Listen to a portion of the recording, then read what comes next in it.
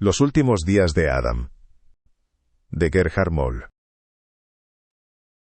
La inutilidad de su existencia atravesaba el anorak prestado, se arrastraba lentamente por su camisa sucia y empapada de sudor, respiraba a través de su ropa interior apestosa, se detenía un poco en su cuerpo flaco y enfermo, se acumulaba en lo más hondo de su interior y lo abandonaba, convertida en mal olor, por sus pies, que llevaban meses sin lavar. Esa emanación se aferraba a las fibras de sus viejos calcetines, y teñía sus botas gastadas con manchas amarillento parduzcas. No se le reconocía solo por el hedor de sus pies. También la placa dental sobre la cantera de sus ruinas dentales desprendía un olor agrio a vino rancio, mezclado con el aliento de un fumador empedernido de marihuana. El bochorno veraniego del bar no podía atravesar su gruesa ropa de invierno, y por eso se concentraba en su pelo, que llevaba años sin lavar, lo pegaba al cuero cabelludo y hacía hincharse los puntos negros de su nariz. Estos puntos negros eran tan numerosos, que uno podía creer que le crecía barba desde el cuello hasta las cejas. A causa del intenso calor del verano, llevaba abierta la cremallera de su chaqueta caliente y dejaba así a la vista una camiseta fina y desteñida, metida descuidadamente por delante en unos pantalones de pana marrón claro. La parte delantera de las perneras estaba grasienta y desgastada a la altura de los muslos, y artísticamente realzada con algunas manchas de tinta. Aquella prenda demasiado corta terminaba allí, donde empezaban los calcetines de rizo gris oscuro, encargados de separar sus pies sudorosos de los zapatos de media caña para impedir que se quedaran pegados. Su aspecto necesitado armonizaba sin embargo de una forma muy especial con su olor corporal, y seducía a los incautos hasta hacerle sentir, de manera inconsciente, una especie sugestiva de simpatía, casi compasión. Sus ojos marrones flotaban sobre un lago amarillento, estaban ligeramente velados y en parte ocultos bajo cejas espesas y pobladas. Con casi 80 años de experiencia vital, se había convertido en un cazador experimentado, y los bares eran su territorio de caza. Él se veía a sí mismo como un artista y filósofo aún por descubrir. Con esa táctica tenía también las mayores probabilidades de colocar sus productos a algún hombre, o de conseguir bebidas gratis. Cuando andaba escaso de dinero, se aturdía con una sobredosis de marihuana y una botella de vino para después, en pleno delirio, doblar alambres oxidados en todas direcciones y soldarlos entre sí de forma grotesca. Luego daba un nombre a aquel amasijo de alambre y se inventaba un precio desorbitado, para disponer de suficiente margen en las negociaciones. Poco después de caer la noche, Adam se puso en camino hacia el pueblo. Ya iba siendo hora de hacer algo de caja otra vez. Y el bar de la esquina a la entrada del pueblo era ideal para eso. Con la mayor discreción posible, casi vacilante y sin mirar a su alrededor, se dirigió hacia la larga barra situada a la izquierda de la entrada. Una breve mirada a la sala le había bastado para sondear la situación, y se encaminó con seguridad hacia un taburete libre junto a un turista algo borracho. El hombre estaba sentado como perdido ante un vaso medio lleno de gin tonic, con un periódico en inglés al lado, mirando con ojos vidriosos el trasero rollizo de la camarera. Con respeto sumiso, Adam inició la conversación y pidió cortésmente permiso para sentarse a su lado. Gratamente sorprendido de que le hablaran en su propia lengua, el extranjero examinó ahora a Adam con más atención y trató en vano de ubicarlo. Obediente, Adam se presentó como artista local, mencionó brevemente sus orígenes londinenses, y empezó a buscar laboriosamente en su monedero casi vacío algunas monedas de céntimo preparadas especialmente para la ocasión. ¿Puedo invitarle?, empezó, y el extranjero vio enseguida que quizá el dinero de aquel hombre no alcanzaría, declinó la oferta con agradecimiento y correspondió magnánimamente la invitación después de haberse presentado como el señor Smith. En los ojos de Adam brilló algo durante un breve instante, se hizo un poco más pequeño todavía y, mientras bajaba la mirada con docilidad, dijo con mansedumbre: «Hola, señor Smith, mi nombre es Adam. Me alegro de conocerle». El hechizo se había roto, y el señor Smith se alegró de haber encontrado una válvula de escape para su mal humor. El extranjero le contó a Adam muchas cosas sobre su vida y, después de varias horas de escuchar y asentir solícitamente, se mostró muy generoso. Adam, como oyente experimentado, sabía hacerse querer, mostró también algunas de sus obras de arte en la diminuta pantalla de su viejo teléfono móvil, y daba las gracias con educación por las invitaciones, cada vez que su vaso estaba casi vacío. El señor Smith pagó magnánimamente la cuenta de los dos y quedaron para la noche siguiente. Bien bebido, Adam salió del bar, no sin volver a agradecerle todo una vez más, y se fue al siguiente bar, contento de haberse librado de aquel tipo tan parlanchín. Allí se encontró con su hija Jasmine, que gesticulaba apasionadamente en medio de un grupo de marroquíes, y estaba aún más borracha que él. Jasmine rondaba los 40 y tantos, y parecía tan consumida como si hubiera pasado los últimos 30 años trabajando en un burdel oriental. Bien educada, corrió al encuentro de su edad, y lo cubrió de cumplidos por su magnífico aspecto. Adam informó brevemente a su hija de cómo había transcurrido la noche y de su intención de vender al día siguiente una de sus valiosas obras de arte al señor Smith. La lluvia de dinero que se esperaba, sin embargo, debía celebrarse ya esa misma noche. Con una lascivia profesional, ella se arrimó a Abdul, un marroquí alto y sin dientes delanteros, le susurró con la lengua una promesa en el oído izquierdo, y él pidió de inmediato una copa de vino tinto para su padre. La noche estaba salvada, y ahora podían ponerse bien hasta arriba. La noche fue larga, el ambiente bueno, y cuando el bar cerró, Adam se tambaleó hasta su coche. En el asiento trasero de su pequeña furgoneta pensaba dormir la mona, como de costumbre, dejar que los albañiles lo despertaran a la mañana siguiente de camino al trabajo, y luego empezar el día inspirado por un porro. En el caso de Jasmine, la cosa era algo distinta. Con tanto alcohol se había puesto realmente a tono y ahora necesitaba compañía masculina. Salió del bar con sus conocidos orientales en dirección al barrio marroquí, para acabar de darse el resto. Uno de sus exóticos conocidos había ocupado allí una pequeña chabola. Desde que el mes anterior habían pinchado a escondidas la toma de agua del vecino, el lujo había aumentado considerablemente, y ahora utilizaban aquel establecimiento con regularidad. Un colchón sucio y cubierto de manchas yacía en el centro de la estancia, directamente sobre el suelo. Abdul había derribado meses atrás la pared del retrete para no perderse nada, y un olor a humedad se desplazaba desde la pequeña cocina hacia los cojines del suelo. Estos estaban tirados entre los pies del colchón y la única ventana de la chabola. Una chimenea abierta, con restos medio quemados de zapatos, ropa y colillas, desprendía olor a ceniza mojada y recordaba la fiesta de ayer. Jasmine se puso cómoda enseguida, se desnudó, arrojó la ropa sobre uno de aquellos cojines y visitó el retrete sin el menor pudor. Estaba en su elemento cuando sentía las miradas ávidas de los hombres sobre su cuerpo desnudo, y posaba con maestría ante los teléfonos móviles con cámara incorporada. La fiesta en casa podía empezar, y la mañana aún estaba muy lejos de la hora. Extendió una sábana sobre el viejo colchón y se acomodó encima. Sin vergüenza alguna, mostró a los marroquíes acuclillados sobre los cojines todos sus secretos y apenas podía esperar. Ellos, sin embargo, no tenían prisa, abrieron con habilidad una botella de vino peleón y disfrutaron de la visión de su ardiente reina antes de ponerse de acuerdo sobre el orden. Despertado por las risas y bromas de los albañiles que pasaban por allí, Adam se sentó al volante de su furgoneta y condujo hasta el bar de la esquina de la noche anterior. Allí, delante del bar, no podía dejar más tiempo el coche, porque estaba en zona prohibida. Además, sabía por experiencia que causaba mejor impresión entre los vecinos del pueblo si su coche no permanecía demasiado tiempo aparcado en el mismo sitio. Ahora necesitaba urgentemente un carajillo grande con coñac antes de volver a casa, concederse un porro y dormir otra vez hasta la tarde. El movimiento intenso del bar le resultaba pesado, y empezó a despertarse del todo poco a poco. Abdul y un amigo de su hija de la noche anterior, cuyo nombre no conocía, estaban en la barra comprando 2 botellas de vino. Los observó de mal humor y pensó en su hija. Habría preferido verla al lado de un inglés acomodado, a ser posible un londinense, antes que con aquellos tipos raros. Por supuesto, él no era racista, pero no soportaba a los marroquíes ni a los negros.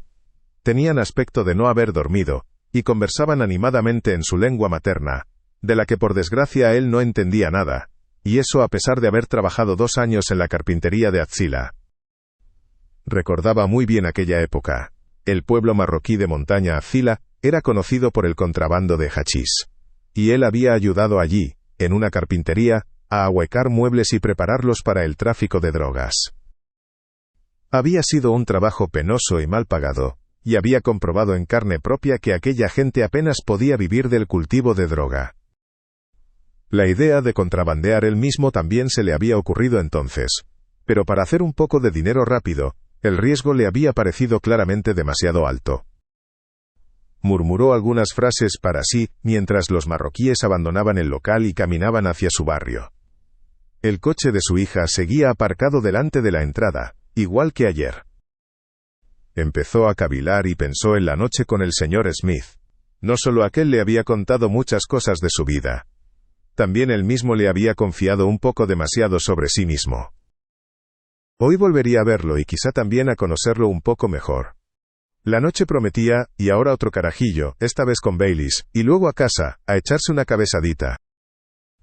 Cuando Adam llegó al bar tal como habían quedado, no se veía al señor Smith por ninguna parte. Pero ya que estaba allí.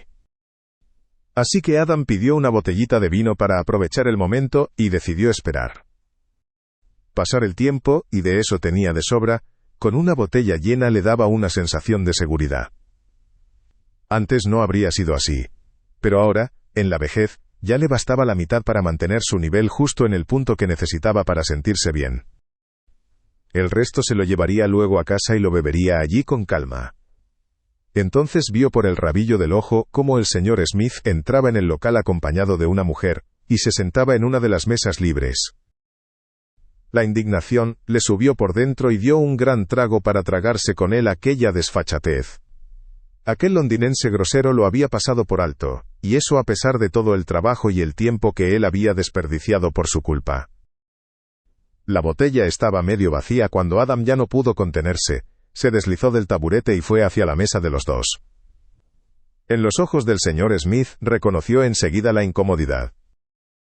Su acompañante, completamente desbordada por aquella situación, miraba alternativamente de uno a otro y detuvo de golpe su torrente de palabras. Para rebajar la tensión, el señor Smith se puso de pie y presentó a su esposa al artista del pueblo, Adam. Adam, gratamente sorprendido por este giro, depositó en las mejillas de la renuente dama un besito a izquierda y derecha, y luego se sostuvo en el respaldo de la silla situada frente al señor Smith, con la esperanza de que lo invitaran a quedarse. Este, sin embargo, había aprendido del encuentro de ayer con Adam y no cometió dos veces el mismo error. Afanoso, se levantó, apartó un poco al artista tirando de la manga de su chaqueta, y le habló de sus obras. Ahora Adam vio llegada su hora y le pidió que lo siguiera. Al contemplar, sin entender nada, las obras de arte en el maletero de la furgoneta, el señor Smith no pudo decidirse por ninguna pieza concreta, y compensó a Adam, por el tiempo invertido, y para quitárselo de encima, con un billete. Adam sostuvo el billete pequeño entre el pulgar y el índice con expresión de disgusto, hasta que un billete más grande iluminó su semblante y se sintió suficientemente compensado. Aliviados, ambos regresaron al local, Adam a la barra y el señor Smith con su legítima esposa. La noche estaba salvada, y Adam remató la botella. Satisfecho con el negocio del día, salió con las piernas rígidas hacia su coche y condujo a casa. Allí se torturó subiendo una pequeña cuesta hasta la puerta del patio, abrió torpemente el candado y desapareció en su choza, refunfuñando para sí. Un buen amigo le había regalado unos días antes un puñado de marihuana, y ahora se lió con ella un porro para poder dormirse mejor y estimular su fantasía.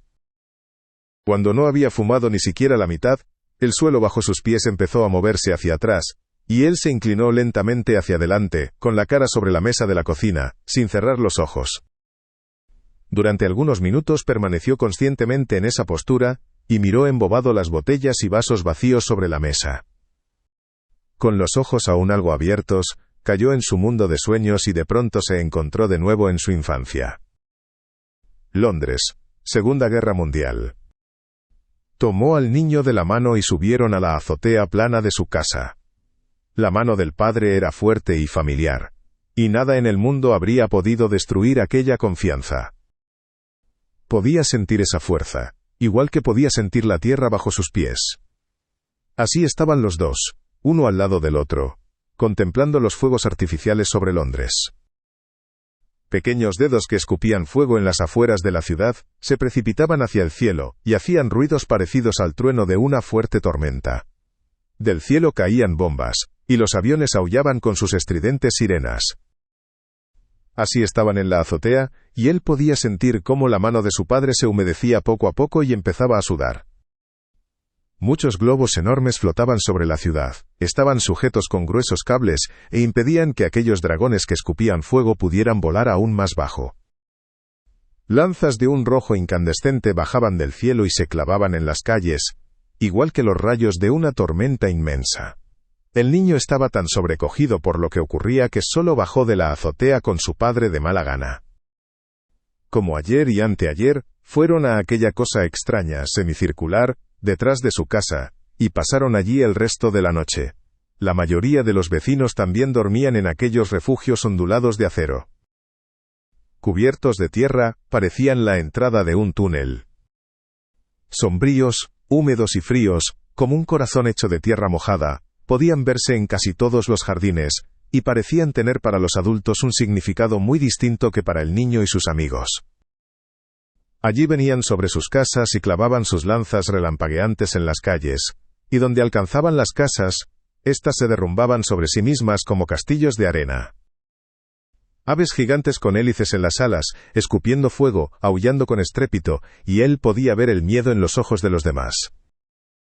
Divertido, el niño apartó la mirada pues tenía preocupaciones muy distintas. Sus amigos de la calle paralela ya no estaban. Probablemente los había alcanzado un rayo venido del cielo, y por eso mañana tendría que buscar otros compañeros de juego. En los últimos años de la guerra, lo escolarizaron, y esta nueva etapa de la vida le arrebató al pequeño gran parte de su despreocupación. Estaba acostumbrado a poder reír y hablar siempre que quisiera, a jugar cuando le apetecía y a vagar con sus amigos alrededor de las casas. Ahora estaba sentado en la última fila de su clase y no sabía muy bien cómo iba a lograr permanecer quieto y no llevarse a sus compañeros en los viajes hacia las aventuras de su imaginación. Aquella eterna necesidad de comunicarse que lo empujaba por dentro se desbordó, y el niño ya no pudo contener las palabras que querían fluir por sus labios. Como un golpe, un nombre lanzado desde la boca de su maestro, el suyo propio, alcanzó los oídos del niño, y el torrente de palabras de su boca se secó de pronto. El calor le subió por la espalda, por la nuca, hasta la cabeza, y rígido como un palo se puso en pie de mala gana. El maestro estaba ante él como una roca en medio del oleaje, y su autoridad era tan fuerte que podía olerla. Como desde muy lejos, oyó los últimos jirones de sus palabras. 3 golpes en la mano y a la primera fila, junto a Jennifer. Con todos los ojos puestos en él, con miedo al dolor y lleno de vergüenza por si quizá derramaba algunas lágrimas, el chiquillo extendió la mano izquierda. Silbando, cortando el aire como un cuchillo, la delgada vara de bambú golpeó la palma de su mano. Los oídos empezaron a zumbarle y enseguida el segundo y el tercer golpe dieron en el blanco. El miedo a que el maestro quizá se equivocara al contar, hizo que retirara la mano rápidamente. «Ahora no llores», pensó el pequeño hombre. «Cualquier cosa menos llorar». Con la cara roja y la mano ardiendo, recogió su cartera y se sentó en la primera fila junto a Jennifer. Ella le preguntó en voz baja si le dolía mucho, y mientras lo hacía tomó su mano izquierda entre las 2 suyas. Todavía luchando contra las lágrimas del dolor y de la vergüenza, se oyó decir, «No, no, no tanto». Podía sentir tanto la compasión de ella, que una ola de amparo lo invadió y le hizo olvidar el dolor. En un recreo, ella tomó algunas pelusas de su jersey y de la chaqueta de él, las mezcló y las convirtió en una bolita. Sus ojos oscuros lo miraron muy hondo cuando le preguntó si sabía qué significaba aquello. «Significa que nos queremos», y esas palabras salieron tan hermosas de sus labios que jamás las olvidaría. Los sonidos de botellas que caían y cristales que se hacían añicos, devolvieron al joven a Adam, con la cabeza sobre la mesa de la cocina. Con esfuerzo se puso en pie para barrer los fragmentos bajo la mesa y terminar de fumar el resto. Qué extraño, no había olvidado el sueño y se puso sentimental. Unas cuantas lágrimas se le exprimieron de los ojos cansados y humedecieron sus gafas rayadas. El recuerdo de su infancia era como un latigazo sobre su alma y lo llevó a abrir una botella de vino. Amaba el sonido chasqueante que hacía el corcho al deslizarse fuera de la botella, y su olor le hacía pensar en horas acogedoras. Junto al cabecero de la cama, colocó cuidadosamente la botella en el suelo y se tumbó sobre el viejo colchón para meditar un poco. Adam se concentró conscientemente en los hermosos recuerdos de su juventud, se quitó las botas empujándolas con los pies, y dejó que cayeran pesadamente al suelo. Pensamientos confusos corrían por su cabeza como un enjambre salvaje de abejas, y con esfuerzo su espíritu cansado se aferraba a algunos jirones de ellos en busca de un ancla. Dentro del cráneo le zumbaba y rugía como nunca antes, la cara le ardía y la lengua en su boca era la de otro, entumecida y seca. Cuando quiso volverse de lado para alcanzar la botella, Adam comprobó horrorizado que ya no podía moverse. La débil luz de la vela apenas parpadeó cuando gritó su miedo, pero ningún sonido salió de sus labios cerrados. Un peso enorme aplastó el cuerpo demacrado contra la cama, y una oscuridad agradable envió a Adam de nuevo de viaje hacia su pasado. Pasaron los años y la guerra había quedado atrás hacía mucho tiempo cuando sus padres, por recomendación de la señorita Aycock, su maestra de entonces, lo matricularon en una escuela de arte. Era una mujer hermosa, aquella señorita Aycock. Su media melena castaña, sus pechos hermosos y su feminidad concentrada lo habían cautivado. Comenzó una nueva época para Adam. Su entorno cambiaba tan deprisa que le costaba seguir el ritmo. Había crecido una nueva generación que empezaba a cuestionar todos los valores antiguos y a contemplar la vida también desde una perspectiva filosófica. Eran los precursores de los hippies. Sus objetivos eran tan distintos de los de sus padres, y se abrió un conflicto generacional. Conversaciones interminables con otros estudiantes y una nueva orientación de la música y el arte se convirtieron en expresión de libertad interior y en precursores de su vida futura. Aún recordaba bien a uno de sus profesores, que le hablaba una y otra vez de España, su país soñado. De las extensiones vírgenes de aquella tierra, del calor en el sur y del verde exuberante en el norte, de las montañas áridas y las estepas quemadas por el sol, de la Alhambra, la maravilla del mundo en Andalucía, y de la sobriedad de sus habitantes, pero sobre todo también de la posibilidad de realizarse allí, de una libertad nunca antes conocida, y de vivir sin imposiciones sociales. Pero todavía tendrían que pasar muchos años antes de que pudiera reconocer su sueño, y abandonar entonces su patria para siempre. Nunca había sido su objetivo declarado convertirse en artista. Adam utilizaba la pintura y el dibujo para expresar sus sentimientos, y porque de ese modo encontraba un camino para realizarse. Su verdadera pasión era la filosofía y disfrutar de la vida en su causalidad. Asombrarse ante cada nuevo día, vivir conscientemente los aspectos positivos, y reprimir los negativos. Ese camino interior de vida ya se había afianzado inconscientemente en él cuando, a los 17 años, conoció a Janis. Era sencillamente encantadora. Cuando miraba sus ojos oscuros y su mano se deslizaba sobre su pelo precioso, habría querido hundirse en ella y en su mundo. Estaba enamorado de aquella joven. Pero como tantas cosas en este mundo, la felicidad con Janis no le fue concedida. Ella era judía, y cuando lo de los dos se fue volviendo cada vez más serio, y ya habían pasado casi 3 años de su tiempo libre juntos, llegó el día en que ella decidió hablar con sus padres sobre su amor, hasta entonces puramente platónico. Ellos organizaron entonces una conversación conjunta con su rabino, en la que a él no se le permitió estar presente. Ese fue el final de su relación. Solo se le explicó brevemente que no se aprobaría que los dos siguieran juntos, porque él era un gentil. Ya no podía ni quería entender el mundo. Solo porque él no era judío, su amor tenía que morir y ya no podían estar juntos. El dolor y la impotencia ante aquella arbitrariedad casi le robaron el aliento, y se sintió excluido y humillado. Que le hicieran aquello en su propia patria, y sobre todo en una época en la que todo parecía tender hacia una mayor apertura y liberalidad, le dolió. Pero tuvo que someterse y tragarse aquella amarga experiencia. Aunque se propuso firmemente no olvidar nunca a Janis. Igual que las circunstancias que habían llevado a su separación. El tiempo curó también aquella herida y el dolor se transformó en tristeza. La distracción se la proporcionaron los exámenes finales que ahora se avecinaban, y se graduó como profesor de educación artística.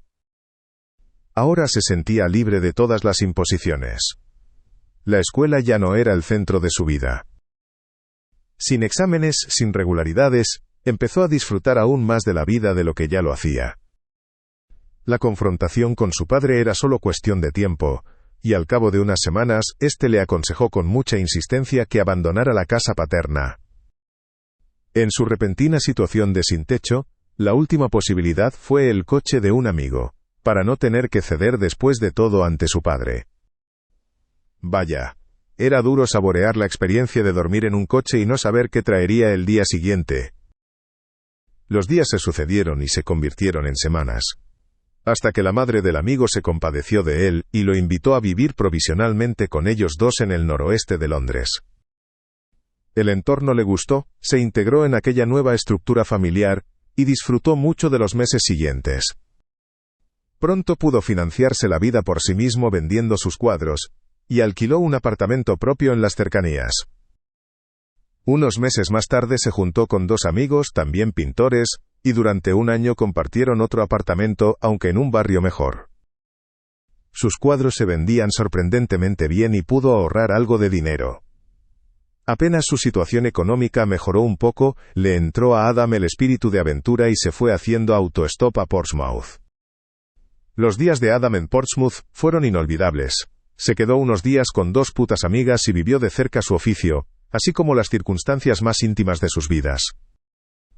Inolvidables fueron las noches en las camas de las chicas. Dormían en el último piso de una casa sin techo, con una vista despejada del cielo estrellado sobre Inglaterra. Era Pascua. Hacía un frío endemoniado y él se alegraba de no tener que dormir solo bajo la manta fina. El tiempo con las putas fue hermoso e inolvidable. En el viaje de regreso conoció en un pequeño bar a una muchacha encantadora. Se llamaba Caroline, tenía un pelo rubio precioso, una sonrisa cautivadora, y era más atractiva y más bella que todas las muchachas anteriores. Cada peca de su rostro, su risa radiante, la forma en que hablaba, caminaba, se movía, le gustaba, y ya no había nada comparable en su vida. Ella no conquistó su corazón como una tormenta, fue un huracán. Solo para ella y con ella quería existir. Decidieron permanecer juntos para siempre, consiguieron una tienda de campaña, y pasaron las semanas siguientes en una embriaguez increíble de sentimientos en la isla de White. Desde lejos oyeron voces y ruidos de motores. Era una mañana hermosa y, como siempre, fría. Acurrucado contra ella, vio cómo su aliento salía de su boca en forma de pequeña niebla, vio cómo se iba haciendo cada vez más tenue y se disolvía. Las voces se acercaban y se volvían más claras. Ya podía entender algunos fragmentos de palabras cuando notó cómo el cuerpo de Caroline se ponía rígido, y el miedo la invadía. Ahora también él sintió que algo iba a ocurrir. «Mi padre», le susurró ella a la cara. Las lágrimas corrieron en pequeñas gotas por sus mejillas, y se filtraron silenciosamente en la almohada. Adam tuvo que pensar en su propio padre y sintió miedo. Sus pies helados empezaron a hormiguear. Le entró calor. ¿Qué pasaría si su padre reaccionaba como el suyo? Pánico dentro de él, nada más que pánico, incapaz de un solo pensamiento claro, tuvo que contemplar impotente cómo desde fuera perturbaban su intimidad. Simplemente porque alguien subió despacio la cremallera de la tienda y su pequeño mundo intacto se desvaneció en la bruma de la mañana. Era su padre, y no estaba solo. La vergüenza parecía no tener fin. Habían venido policías uniformados con él, y antes de que Adam comprendiera lo que ocurría, todos se habían ido otra vez. Todos, y él estaba solo. Todavía podía sentir su calor. Todo lo que le importaba, incluso su calor, había desaparecido. Simplemente ya no estaba. Tuvo que llorar sin freno y se sintió solo en este mundo jodidamente hermoso. Adam recogió rápidamente todas sus cosas, las guardó en el coche y volvió a Londres. El viaje a Londres terminó en un túnel sin tiempo. Se hizo oscuro y no se veía ninguna luz al final. Adam volvió a encontrarse en su cuerpo viejo y castigado por las drogas, intentó en vano abrir los ojos, y oyó ruidos cerca de él. Atrapado en el delirio, privado de la mayoría de sus sentidos y sin control sobre su cuerpo, quiso llamar la atención sobre su penosa situación.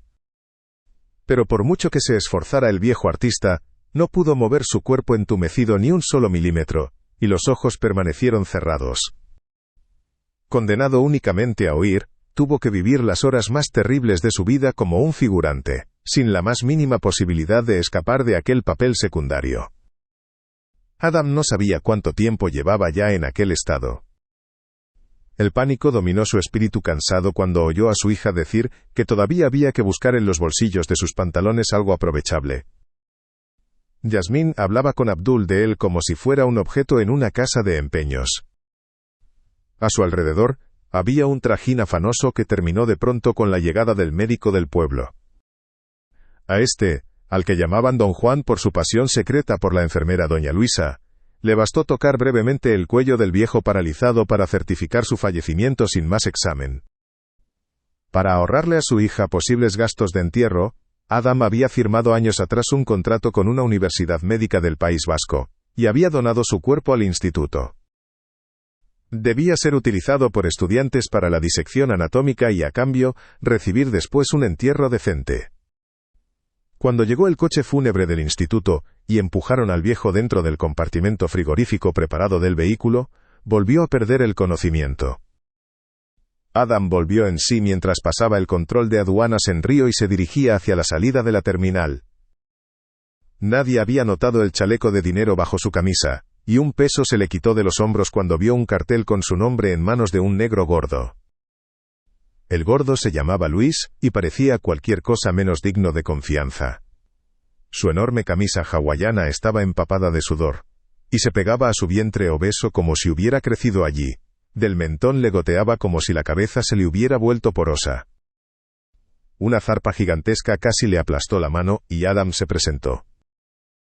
Todo transcurría según lo acordado y podría cumplir su parte a satisfacción del cliente. Este, al que todos llamaban simplemente Frank, lo había abordado unos meses antes en la carpintería de Atzila, y le había ofrecido aquel trato. Como Adam se había separado de su esposa Caroline, y con ello también de sus hijos porque había perdido la cabeza por una gitana muy joven de Madrid, se encontraba en constante necesidad de dinero. No porque tuviera que pagar algún tipo de manutención, sino porque le costaba reunir lo suficiente para mantenerse a sí mismo y a la joven gitana sueña. En cuanto no conseguía traer bastante efectivo, ella conseguía efectivo por su cuenta, y él se volvía loco de celos con solo pensarlo. Luis arrastró a Adam consigo y, mientras iban hacia el coche, le contó que era su guardaespaldas y que también se encargaría de todos los asuntos personales. Nunca en su vida el artista venido a menos se había sentido tan importante como en aquel momento. El enorme guardaespaldas arrancó entonces su viejo Buick y se puso en marcha con su invitado. Adam no tenía ni idea de a dónde iba el viaje, pero eso formaba parte del acuerdo. Los dos llevaban muchas horas de camino. Poco a poco las casas fueron escaseando, las carreteras empeoraron y, después de atravesar un gigantesco barrio de chabolas, el trayecto terminó a la orilla del Paraíba. Allí ya esperaba una lancha rápida y el viaje continuó río arriba. Adam estaba fascinado por aquella aventura, y no parecía haber riesgo para la vida ni para la integridad física, así que todo era de su gusto. Rendido por el desfase horario, se le cerraron los ojos, y cuando la lancha atracó en un pequeño embarcadero en algún lugar de la selva, despertó con un hambre de lobo. Mientras una familia india cocinaba comida en el cobertizo de las barcas para la tripulación y sus pasajeros, Luis preparaba todo lo necesario para una marcha a pie. Comieron deprisa y, antes de que cayera el crepúsculo, los dos echaron a andar. Una hora más tarde, llegaron a una pequeña pista de aterrizaje, subieron a una Cessna bimotor y volaron en dirección a las nubes. Desde su llegada a Río de Janeiro, el gordo le había hablado a Adam como una lavandera parlanchina, pero no le había hecho ni una sola pregunta. A la mañana siguiente, los dos aventureros despertaron cuando el pequeño avión de hélice tomó tierra en una pista llena de baches, y se detuvo junto a un viejo todoterreno. Recogieron sus bolsas a toda prisa y cambiaron al vehículo que los esperaba. El conductor no dijo una palabra, arrancó y se puso en marcha. Al cabo de solo 2 horas de viaje, llegaron a la orilla del Amazonas, subieron a una de aquellas largas embarcaciones fluviales y siguieron adelante. Adam hacía tiempo que había perdido la orientación y no tenía ni idea de en qué parte de Brasil se encontraba, Sin embargo, aquel viaje era totalmente de su agrado y además lucrativo, así que ¿para qué ocuparse de nimiedades? Al anochecer, la barca atracó en la ribera y un Frank radiante saludó a Adam con calidez. Los dos desaparecieron en una pequeña cabaña y el chaleco con el dinero cosido cambió de dueño. Adam se sintió aliviado, como si una carga de quintales hubiera soltado sus hombros. Salió de la cabaña para dar las gracias a Luis, pero este había desaparecido. Aquella mañana fue distinta. Faltaban el parloteo de las muchachas, los gritos de los niños pequeños, e incluso el olor a fuego y comida. El campamento estaba vacío, como extinguido. En el borde del claro, una figura corpulenta salió pesadamente de la espesura y se quedó esperando. Frank se levantó de la mesa del desayuno, hizo algunas señales convenidas y corrió hacia la figura. El negro gordo había vuelto a aparecer, y con él algunos indios. De pronto había trajín y tensión en el aire. La barca, amarrada en el embarcadero desde su llegada, fue cargada con paquetes y repostada. Después de que Frank revisara la carga, llamó a Adam. Este recogió rápidamente sus pocas cosas, y subió a la barca con su amigo. Desamarraron y desaparecieron en el verde de la selva. Varias horas río abajo estaba amarrado el moderno velero de Frank. Cambiaron de embarcación y escondieron la mercancía caliente en compartimentos preparados. Después, los dos siguieron navegando hasta alcanzar el mar abierto. Ahora llegó la hora de Adam. Él y Frank se conocían desde la juventud, eran patrones experimentados, y emprendieron con su carga caliente a bordo el viaje de regreso a Europa. Tomaron la ruta atlántica, aunque aquel trayecto era considerablemente más difícil de navegar. Durante la travesía apenas habían pasado tiempo juntos. Navegaban en turnos de 8 horas, y solo en el cambio de guardia surgía la posibilidad de una breve conversación, tan agotadora era la travesía. El agua salada les había atacado la piel en muchos puntos, y Adam se quejaba de eczemas abiertos de los que goteaba pus. Después de casi 3 meses, Ibiza apareció a la vista. Sin entrar en el puerto, Adam se fue por la borda en el bote neumático y remó hasta la costa. Su miedo a que los sorprendieran con la mercancía caliente en aguas españolas se había vuelto demasiado grande. Frank no estaba de acuerdo con aquella acción tan llamativa y estalló una violenta discusión. Pero al artista le fallaron los nervios tan cerca de la meta. Nada podía retenerlo ya allí, y solo quería llegar a tierra, lejos de la carga caliente y de su amigo. Ambos acordaron encontrarse unos días más tarde en el puerto de Altea. Una semana después se reunieron allí en un café, tomaron un cortado y hablaron de lo vivido. Frank seguía dolido, y despachó a su antiguo amigo con una suma ridículamente pequeña. A causa del fallo de Adam había tenido que reorganizar varias cosas, y toda la operación se había puesto innecesariamente en peligro. A Adam, sin embargo, aquella pequeña cantidad de dinero le alcanzaría para 2 o 3 años. Y los meses pasados no le habían costado nada. Fuera como fuese, pensó en secreto, aún viviría durante los próximos años de aquella experiencia. Así que volvió a casa algo insatisfecho. Compró una botellita de vino y se puso hasta arriba. El estrés había sido enorme y se quedó dormido. El fuerte ruido de la puerta del coche fúnebre al cerrarse de golpe, lo arrancó de sus ensoñaciones. Seguía tendido en aquella camilla con ruedas y lo empujaban hacia un sótano enorme. Tenía un frío espantoso, y precisamente esa sensación le dio esperanza de estar recuperando poco a poco el control sobre sí mismo. Todo el cuerpo le hormigueaba, su respiración se hizo más profunda y los párpados le temblaron ligeramente. Los conductores del vehículo estaban en una sala contigua y conversaban animadamente, mientras Adam se incorporaba inseguro de su transporte. Una etiqueta estaba atada al dedo gordo de su pie derecho y le molestaba al caminar. Abrió torpemente el nudo y la arrojó a un gran contenedor de ropa sucia. Solo entonces volvió a sentirse completamente vivo, y se deslizó por los pasillos con su blanco sudario.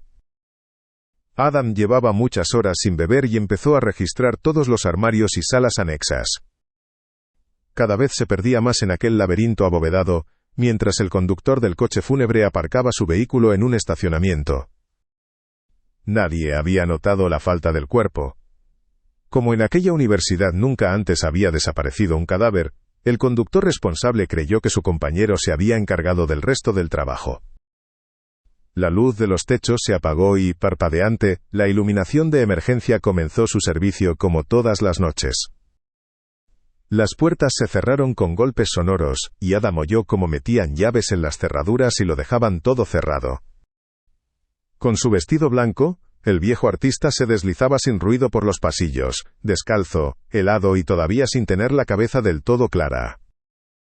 Fue su instinto lo que lo condujo con seguridad por aquel laberinto, y le permitió encontrar la sala de descanso del personal. Como un sediento, se tambaleó hasta el lavabo, abrió el grifo, y, mientras Adam se inclinaba para beber, vio por el rabillo del ojo una botella de vino en una taquilla medio abierta. De pronto, asqueado por el olor del agua, se giró con rapidez y se dirigió certeramente hacia el armario. Adam se sintió como en casa. Todo estaba dispuesto para él, y con un plop, el corcho salió silbando de la botella y el vino entró en su boca. Después volvió a colocar con cuidado la botella vacía, se limpió la boca con la manga y siguió deambulando. El alcohol tensó su cuerpo maltrecho y le devolvió a Adam fuerza y dignidad. Lleno de júbilo, empezó a dar saltitos y a girar sobre sí mismo cuando se topó de pronto con una limpiadora. La mujer, aterrorizada, lanzó un grito agudo, cayó como fulminada por un rayo y quedó inmóvil. Como una aparición, Adam revoloteó hacia la mujer, le dio un golpe en el costado blando con los dedos nudosos del pie y la arrastró hasta ponerla en pie. Ella jadeó con acento agudo unas cuantas palabras confusas y volvió a perder el conocimiento. Agotado por su operación de rescate, el viejo permaneció unos segundos allí de pie, se dio la vuelta y vio una fregona volando hacia él. Le golpeó la cara, lo hizo caer hacia atrás y todo se volvió negro. Adam golpeó con fuerza la cabeza contra el frío suelo de piedra. La sangre le goteó por la nariz y los oídos, formó un pequeño charco y se filtró por un desagüe junto a su cabeza. Lo último que pudo ver el artista moribundo fue el rostro desesperado de una mujer que había acudido en ayuda de su compañera, y que ahora empezaba a comprender todo el alcance de su operación de rescate. Del arma homicida goteaba agua de fregar en su boca abierta y desplazaba el buen sabor del vino tinto. Las dos mujeres, responsables de la limpieza de aquella zona, recogieron sus utensilios y se pusieron manos a la obra. Como el viejo estorbaba allí tirado, lo cargaron sobre una camilla libre y la empujaron hasta la cámara frigorífica. Allí limpiaron el cuerpo, ya frío, y llamaron al vigilante nocturno para informar del incidente. El vigilante nocturno se vio totalmente desbordado por la situación y avisó al director de la institución. No pasó ni una hora antes de que apareciera la Guardia Civil en compañía del gerente para esclarecer la situación. En una reconstrucción minuciosa se recompuso lo ocurrido, y se llegó a la conclusión de que las dos señoras habían accedido a la sala de descanso. Allí, estaban convencidos, habían robado una botella de vino de una taquilla abierta y se habían emborrachado. A consecuencia de la embriaguez, ambas habían sufrido alucinaciones, y su fantasía había hecho el resto. Gratamente sorprendidas por este giro de los acontecimientos, las mujeres lo admitieron todo de buena gana y quedaron más que satisfechas con una amonestación por escrito.